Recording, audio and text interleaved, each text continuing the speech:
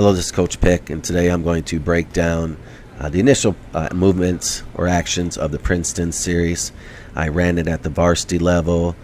My feeder programs have ran it at their levels, and we've done it as a set play, done it as a motion offense, and I've seen the benefits of both. I'm going to talk a little bit about both. So the first thing is how you set up. We want the 1 and the 4 up nice and high up by the volleyball lines on the court. The 3 and the 2 are above the free throw line and nice and high, wide out in the 3-point line. And the 5-man is going to start on the block on the same side as the point guard as he brings up the ball to the offense. Now, this is important because, once again, you can start the offense in a variety of ways. If you've watched Princeton or Northwestern, Air Force, they'll get some initial movement to get into it depending on the type of tempo that they want. They'll run some dribble handoff and some exchange movement. So I'm just going to kind of show you once we get into the actual offense.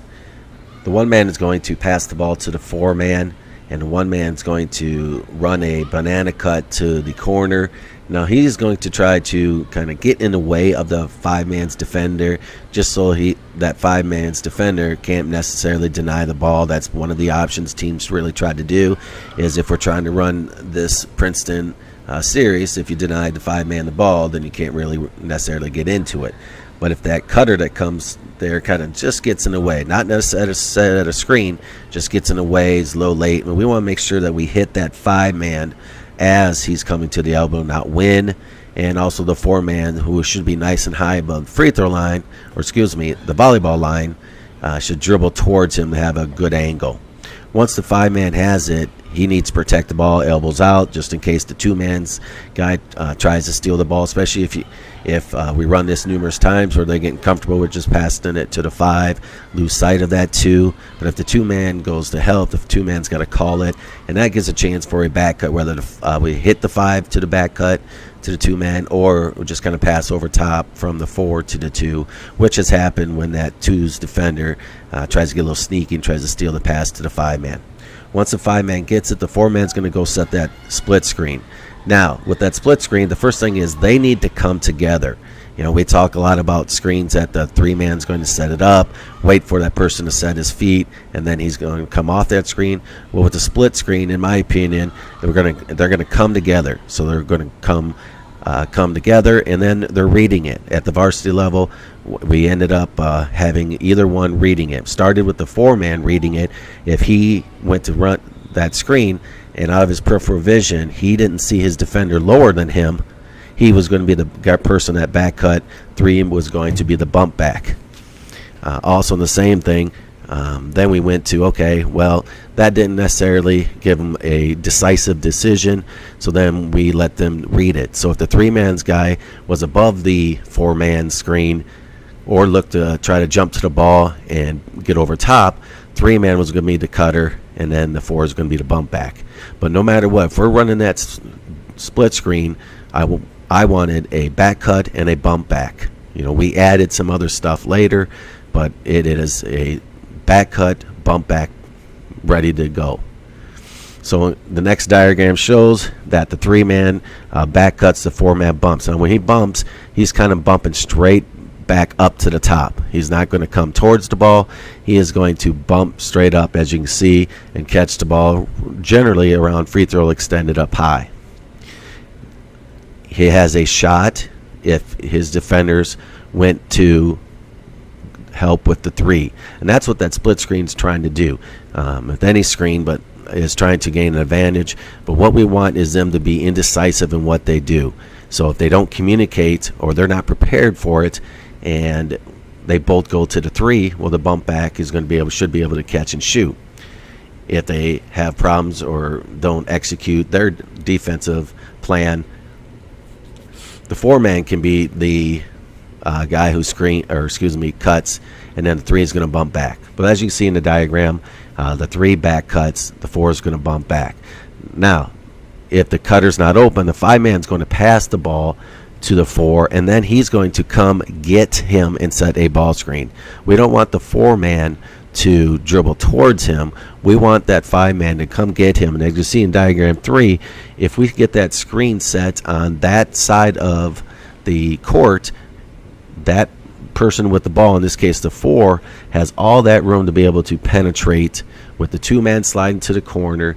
You've got the 5-man rolling after setting that ball screen, and then we've got shooters in the wing, which is the 1-man, and the 3 went out to the corner. This can also differ based upon the scouting report that you have for your opponent.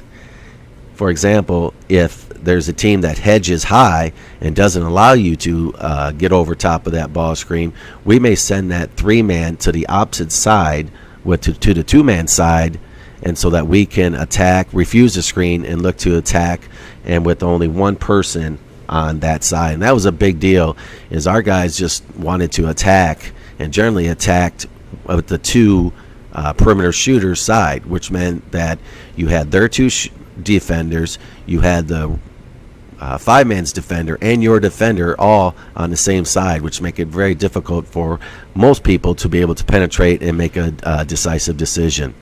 So we always stressed for them to attack the 1-man, the 1 defender side. And so in this case, we are able to get over top, and once again we've got the 1 shooter, you got the roll getting to the rim, and you got shooters on the backside.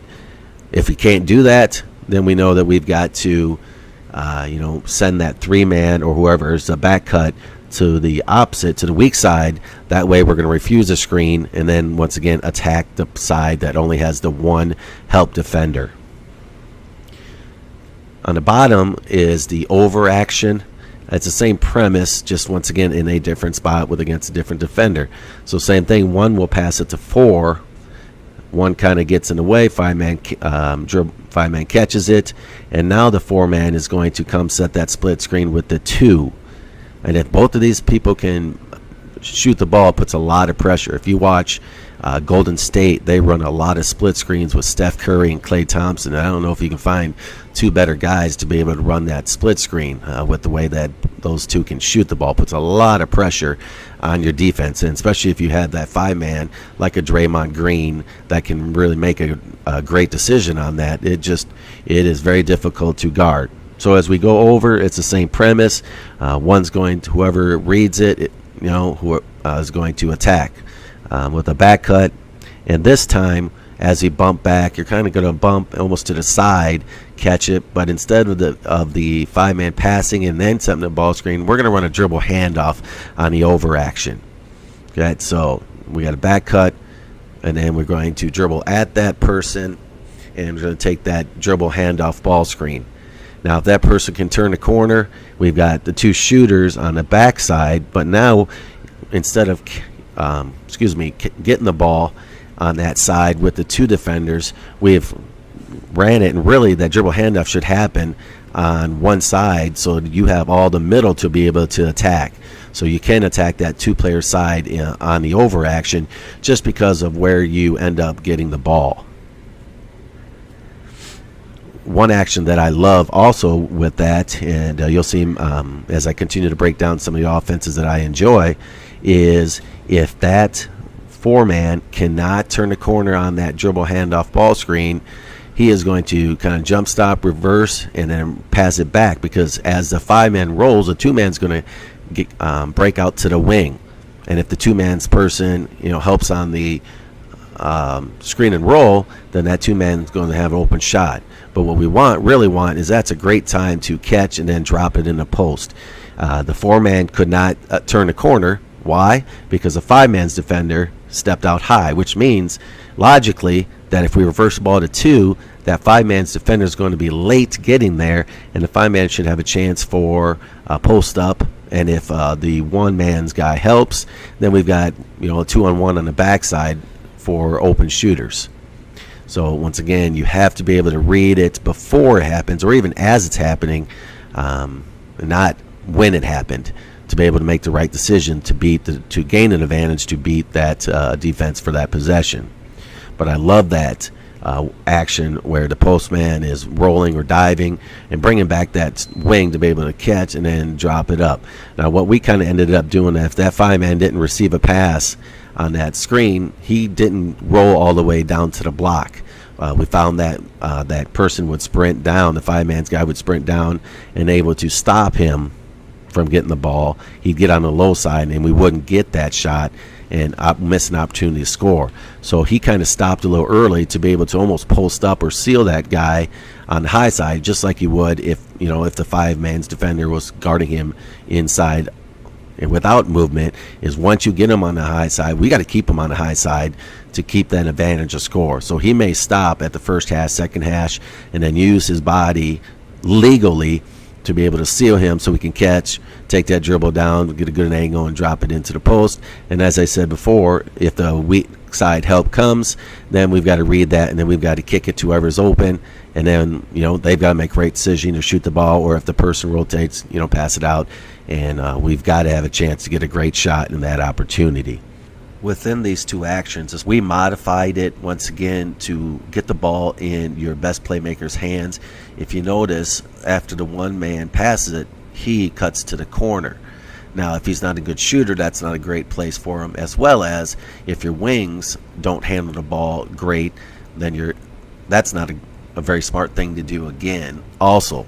So we modified it to where we involve the one more, and how you can do that is if on the initial setup the 5-man went to the opposite side of the one. So then one would bring it up, he would wave that 4-man out. 4-man would then cut to the corner with that banana cut. 5-man breaks it, and now your one's involved with that screen. And you can set it, you can make it, as I said, a set play where that the one's always going to be the bump back. That way he gets it, and then he is going to be coming off that ball screen or that dribble handoff ball screen. And that was way more effective for us. Like I said, our one man wasn't a great 3-point shooter, at least not better than our 2 or a 3. So then we also have the ball in our playmaker's hands to be able to come off those screens and make the hopefully make the right decision and create opportunities for himself or others. So these have been the first two kind of basic movements in the Princeton series. I will continue in the Princeton series in the next video. So thank you for watching. Thank you for listening. This has been Coach Pick, and this will be on, obviously, if you're already on it, but it'll be on the CoachPickHoops.com blog, as well as the Gym Teacher Dreams YouTube page. So thank you, and until next time.